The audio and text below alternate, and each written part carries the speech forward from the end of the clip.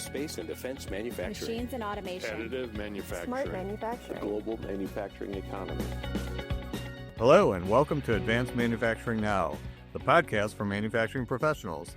I'm your host, Steve Plumb, Editor-in-Chief for SME Media. Please remember to like and subscribe to get new episodes delivered to your feed each week. I'm joined today by Al Whatmough, the CEO of Toolpath Labs, which was formed in 2021. Al joined the company last year after a decade at Autodesk, where he most recently oversaw the development and integration of the company's digital manufacturing suite, including Fusion 360. Al, welcome to the program. Thank you for having me. So I mentioned your role at Autodesk, which we can talk a little bit more about, but I also wanted to highlight some of your other experiences. So you started off your career as a machinist in Western Ontario, making devices for engineering research and models of buildings and bridges of wind studies. And then you also taught at high school for a while. Can you tell us a little bit more about your journey from being a machinist in Canada to joining Autodesk? It is an interesting, meandering career, isn't it? I always love hearing how people's careers ended up places. So I started as an apprentice machinist. I was at the University of Western Ontario, so it seems weird to be, we were in the engineering building there, but we were support services for the university. One of the things you mentioned we'd make models of buildings and bridges for wind studies. So, Burj Dubai, that movie that they climbed up in Mission Impossible, was one that we put in a wind tunnel to see how it would bend. So I'd make the CAD models and 3D print and machine aluminum spines and do that sort of thing to be able to get a realistic model in the wind tunnel. Did things like lab setups for chemical engineers. But then 5 years into that, my shop teacher, who I'd stayed in contact with, said, "We need a shop teacher. Will you come back and teach high school?" So I went and did that and really enjoyed it. I hadn't talked in front of anybody before in my life, really, other than some presentations at school. And it gave me a chance to learn how to articulate technical things to people, which I think has probably been more foundational in my career, even in the machining background, of just kind of learning how to take complex problems and explain them in a simple way, which is what I really enjoy doing. And that lets me connect people together. So when I joined Autodesk, I got the chance to lead product management, which is largely just monkey in the middle.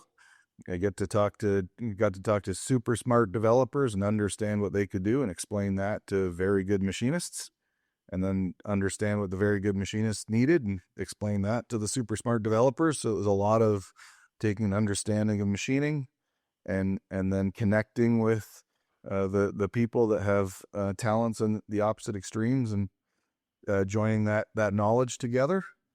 And so, that was a lot of fun being at Fusion, working on Fusion for almost a decade. And then I saw what Toolpath was doing and joined it.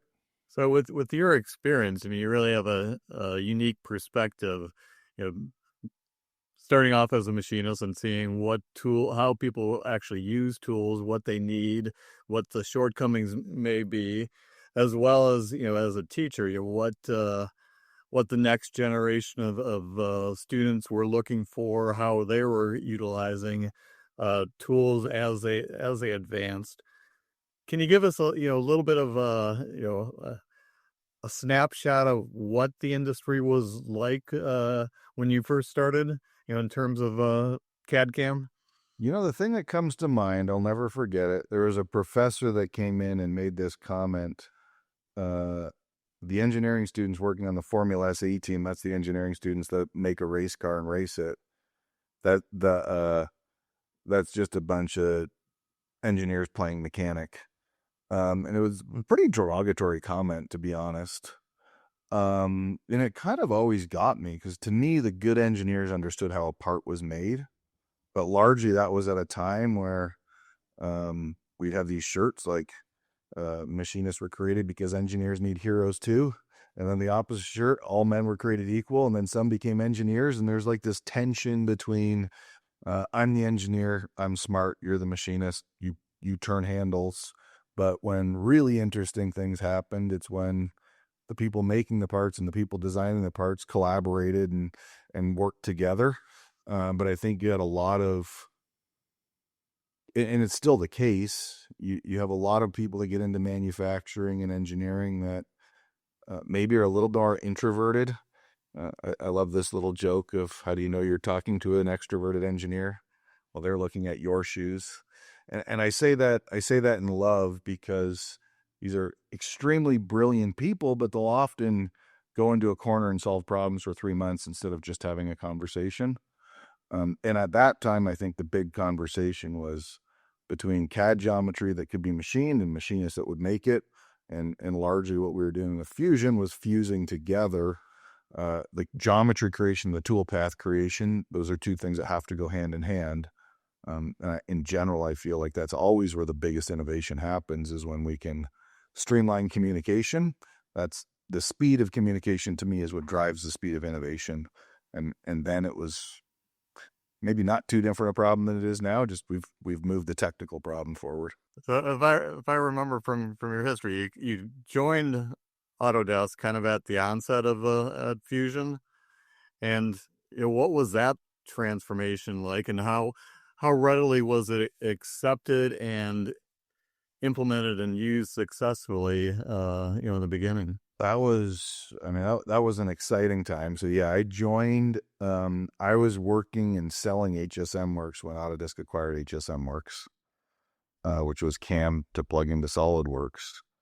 And then joined Autodesk after they'd done that, because the HSM Works team was just a team of effectively developers.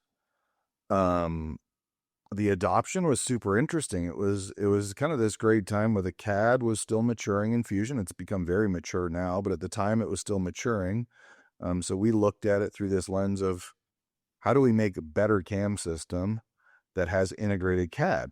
Because again, you can't really do CAM without being able to create your soft jaws and your fixtures. And so that took off fairly well. Some of our big challenges were, at the time, people thought, well, Fusion was just a toy CAM system. We literally made a hashtag, Fusion's not a toy, to help kind of break that hurdle. At the time, largely, there wasn't an Insta-machinist community. So the way everybody interacted with CAD CAM vendors was somebody getting in a car and showing up at a shop. So I think the most exciting part about that time was getting to know people like John Saunders and other YouTubers that were creating an online community, because all the communities were very local. You'd go to Florida and it's like everything's made in GibbsCam there because there's a local community. And go to Connecticut and everything's made in Mastercam there. And there wasn't really a community to connect the people other than in person. So I think that was probably the most exciting part of it. So did you feel that people were accepting of the technology initially, and how quickly did it transform and improve over the years that you were there? There was enough people accepting of the technology for us to be successful. The vast majority of people were unaccepting of the technology, but that's a great thing. I sometimes call it the restaurant game. Sometimes you say, like, where should we go to eat? And everyone's like, I don't care. And then you say, we're going to Italian at 6. And all of a sudden people say, I can't do 6 o'clock and I don't like Italian food. So unaccepting people is a good thing. It helps you drive to clarity. We definitely had lots of people that were unaccepting of Fusion in the early days, and that's not a problem. That helps focus a product. We had more than enough people that were accepting for us to build the business. So what did you learn from your experience there, and especially in introducing a new technology? Largely, I think the thing I learned the most is how to focus and not let big numbers scare me. I remember vividly when the decision was made that at the time Fusion was going to be $300 a year. And to sell CAM, you have to do a custom post processor for everybody. We have to solve that problem. Otherwise, there's no way that as a CAM group, we're going to get the volume we needed to. So realizing we had to be very focused. And so we focused on making a great solution for Haas because we could scale it. And the other thing I learned is you can say no to your customers, and that's a good thing, not a bad thing. I think it's easy, especially in technical sales, to want to solve everybody's problem, and then you don't really solve anyone well. I've got a good friend in San Diego now, Gary, who we were just not a fit for him at the time. And I told him that Gary is probably not going to work. And what did he say? So actually, I love what you've got now. I just wanted to do more. He constantly invites me to come down and ski behind his boat if I've got time.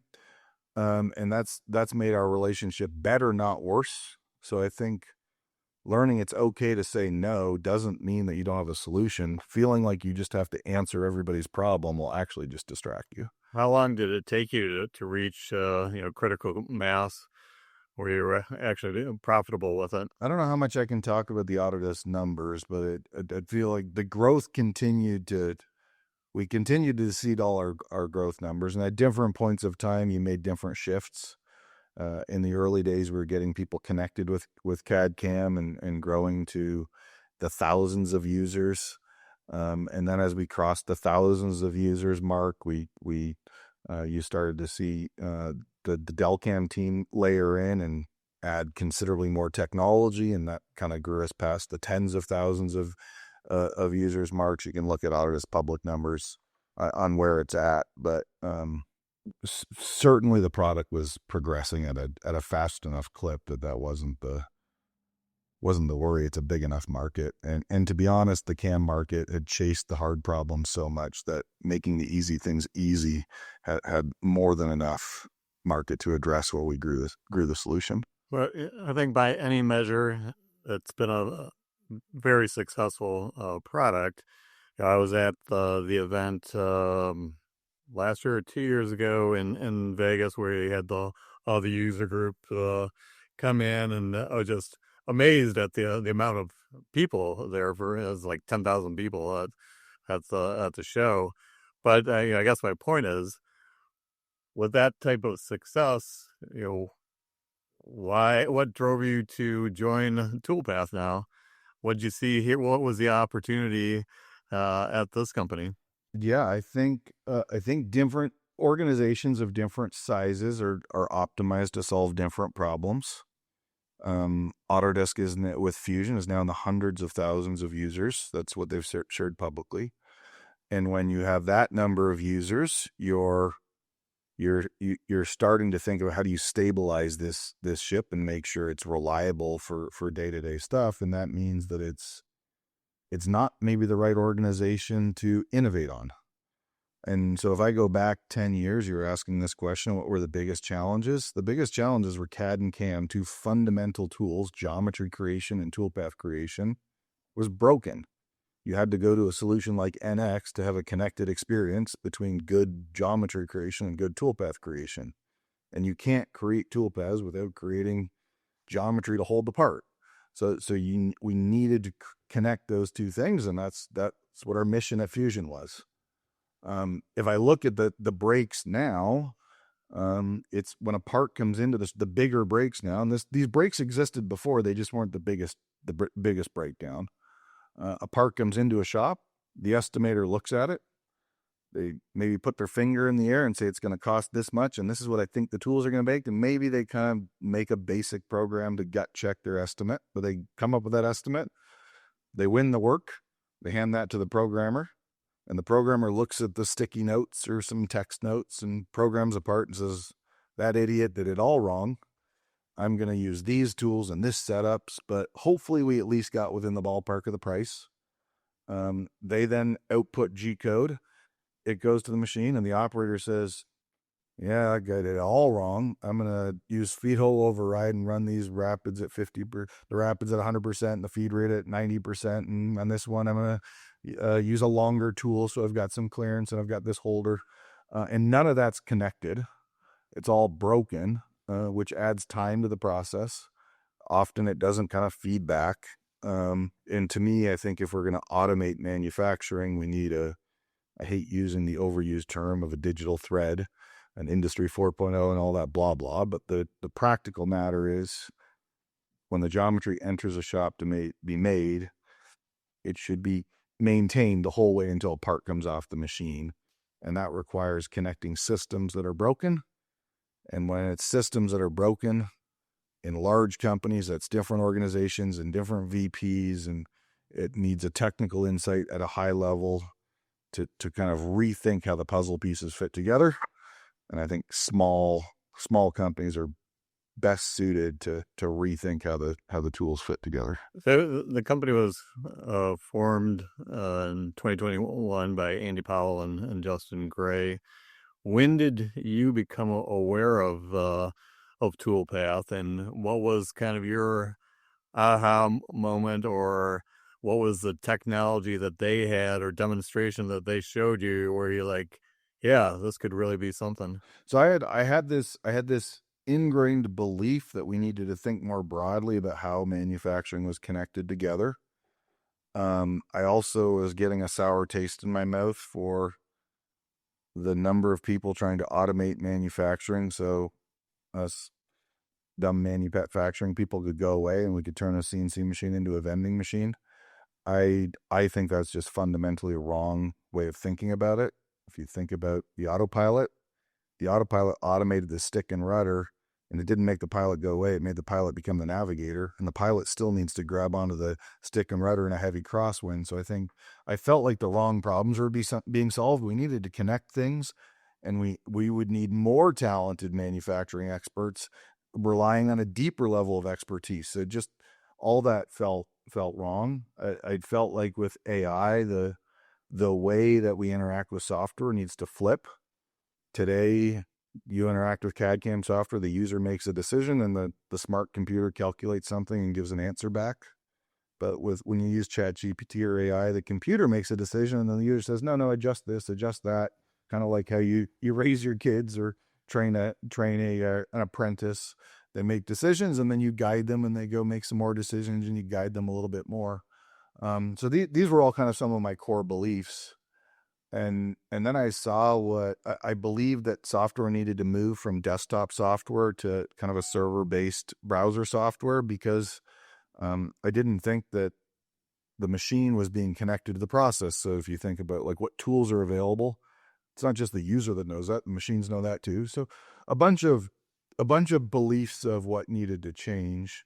And then I saw what Toolpath was doing.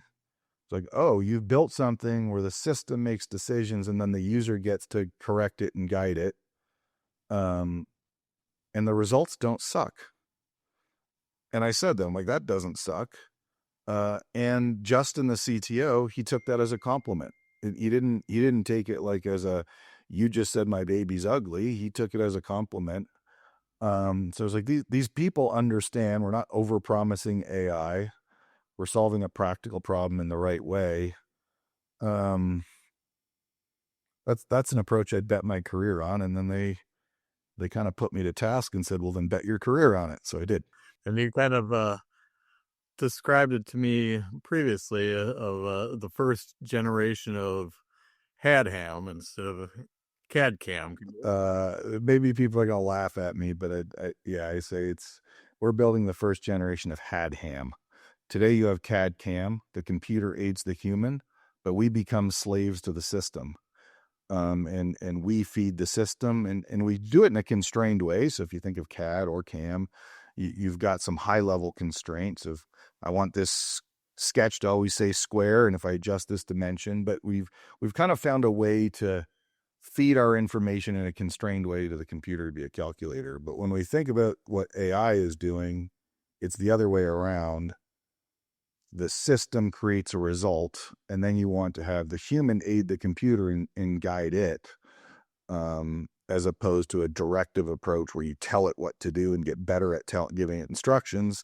And that's what CAD-CAM has done for the last decade. Parametrics gave us a better way to give instructions to the computer in a structured way.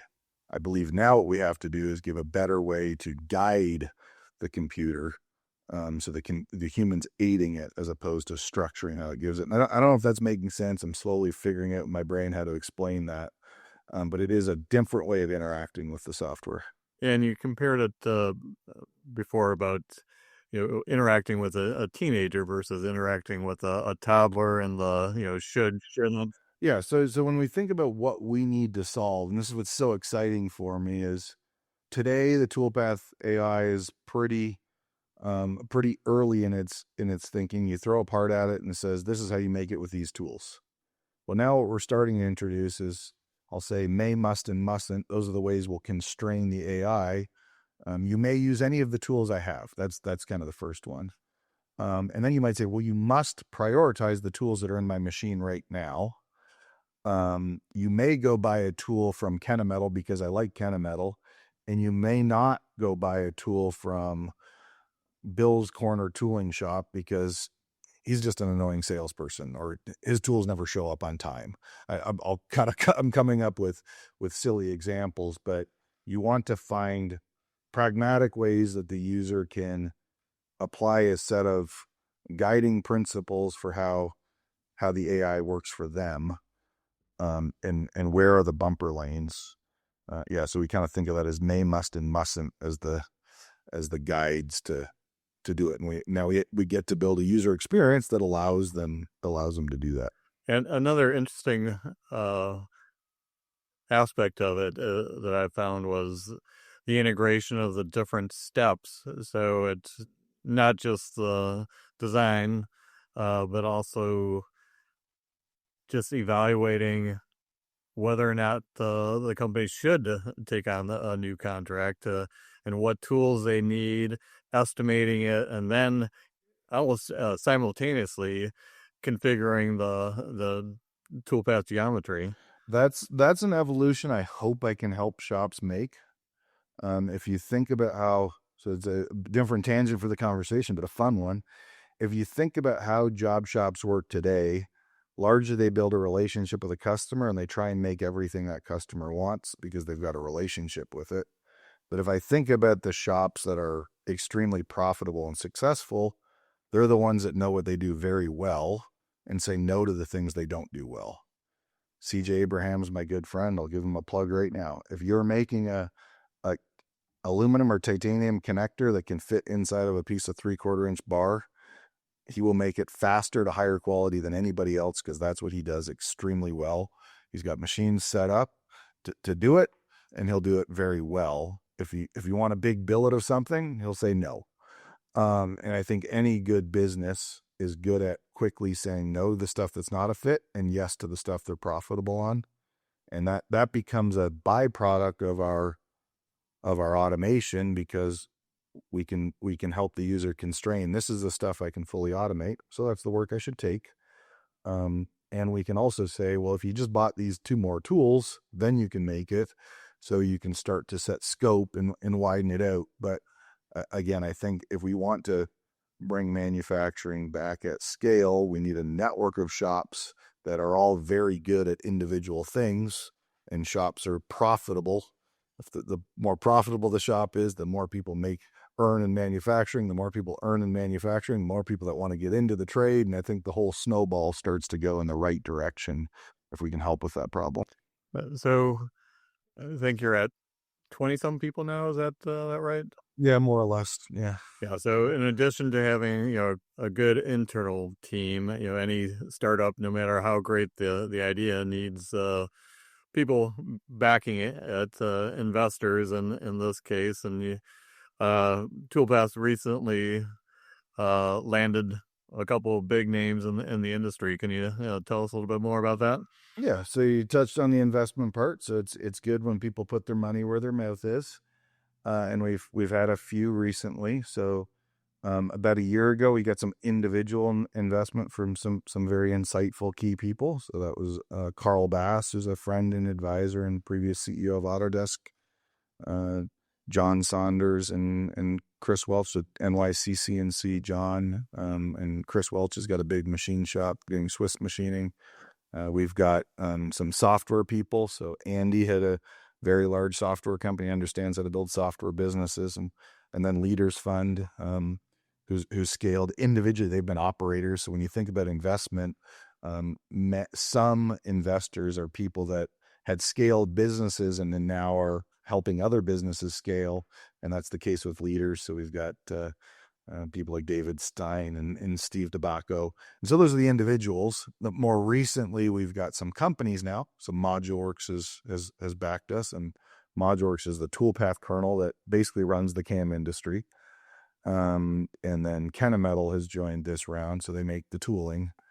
And to me, that's really what we're working on is how does our AI identify the geometry, apply appropriate toolpaths, with the appropriate cutting data. And so that's kind of the triangle of technologies that are necessary to automate. So as part of that, you're building out your tool library. Where do you stand right now, and how quickly are you going to ramp that up? So we've got probably close to 10,000 tools in the platform now. We've added, obviously, it'd be shame on us if we don't add Kennametal tools, and we'll continue to add Kennametal tools. What I love about Kennametal as a partner is I said, you should add tools from everybody, but make sure you give us the opportunity to get ours in there as quickly as possible. So that's where they've been a great partner. We'll add tools from others, and we've already added tools from others. And again, it just feels barbaric, but if you're a job shop today looking for a tool, you're probably looking at the part, using the measured command in CAD, and then flipping through catalogs to find the tool. That just seems insane. So that part of the problem we've automated will help you identify the appropriate tooling. How much, in previously or currently with the current systems, do especially smaller shops either miss an opportunity because they don't think they have the right tooling, or take on something that they really shouldn't have no business doing? I wish I could quantify that directly, and maybe that's part of the problem. These are decisions that just get made in humans' heads, bouncing back and forth with emails and text messages. It's not a very automated process, so it's hard to even have data on that. But it's certainly a pervasive problem. It's not uncommon for the programmer to be machining a part, only then to realize you didn't catch this square corner. We got to go back to engineering and let them know they have to make a design change. And how much is pricing, a science versus guesswork, or just historical exercise? Yeah, so I think this is a different question, maybe for a different tangent, but there's several aspects of pricing, and I'm just kind of shooting from the hip a little bit here. It's certainly a science for low mix, high volume work. If you're making 10,000 of something or 20,000 of something, it's a science. And I think a lot of the times when we think about manufactured parts, we think about the part you go pick up in Home Depot. I've got like a little brass connector here. Pricing is a science. However, a large portion of machine parts are the jigs and fixtures and tooling that go on an assembly line, and prototypes. So the high mix, low volume stuff is the things we're looking to automate. That to me is less of a science. And what's more important in those situations is, can I turn a good quote around quickly so I can get a part quickly? To me, the price matters less. The turnaround time is the time is money is the bigger challenge there. You don't want an assembly line down, or the time to get your product to market matters more than the individual cost of the prototype. If the unfortunate reality is right now, if you're doing production manufacturing, a lot of that has gone overseas and is probably not the first stuff that'll come back. It's to me, the stuff we should focus on is, what are the things where a designer can ask for a part and have it tomorrow, have it on the machine at the end of the day. That's where we're focused right now. I know you already have a relatively small user group. As part of the rollout, what are you focusing on initially?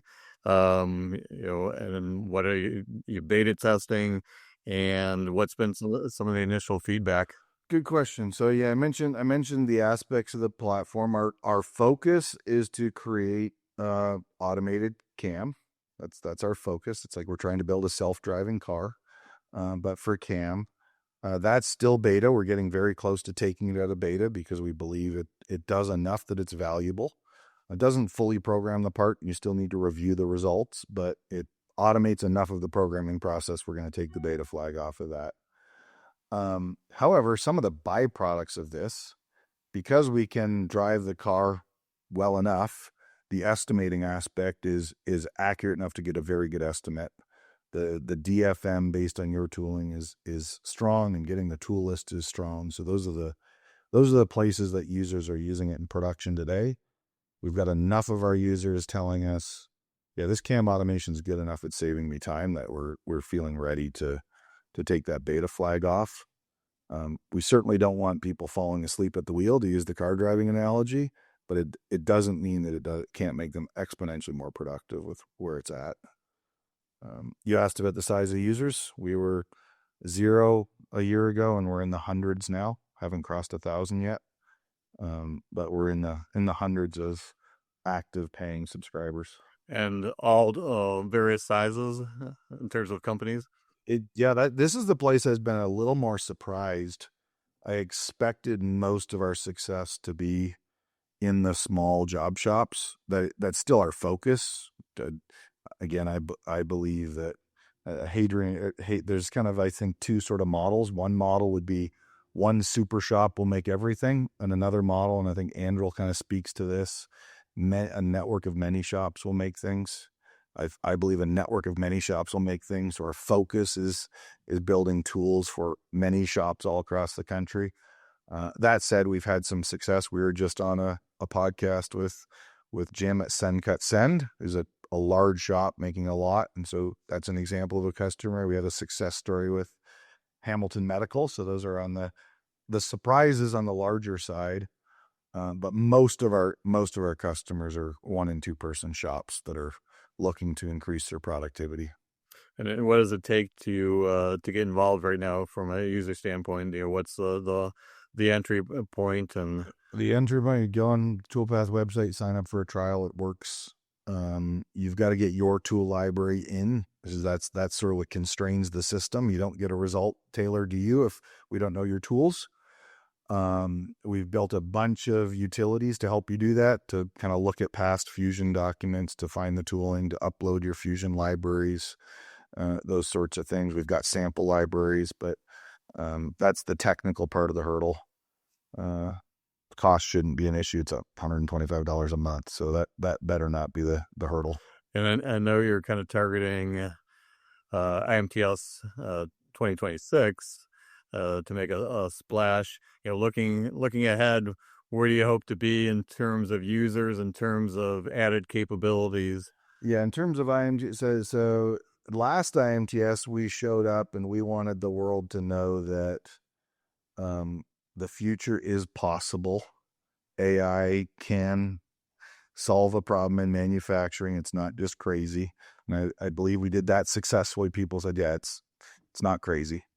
When we get to IMTS next year, I would like to be in the thousands of users and people to say that it's here now, and we're doing it.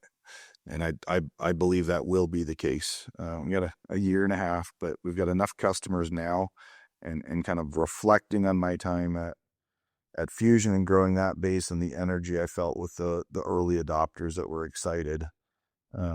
I don't have a reason to believe that's not possible. So if you would go back to your teaching experiences and you're plopped down in a classroom, how would you use this tool as a young machinist coming up, and what would be some of the things that you'd be stressing to students, and what skills that they need to be successful in the industry? Yeah, so I think the answer is different on both sides. When I was teaching, I also started a business to teach SolidWorks with video curriculum. And at that time, I was surprised that half of the people buying my curriculum were 60-year-old AutoCAD users that wanted to learn parametric modeling with SolidWorks. And the learning was the same, but the perspective they came from was different. I remember a student sitting in my class at the high school and saying, Mr. Whatmough, feels weird to be saying that again, but I just know how to use Facebook.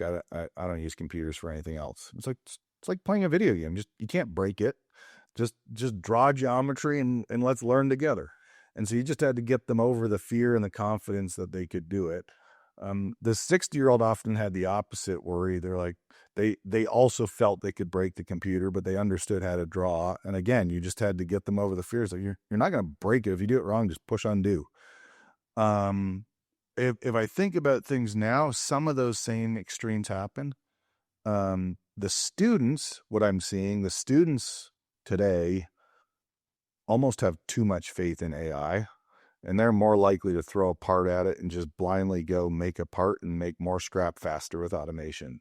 So for them, we need to slow them down and build a healthy respect for the process.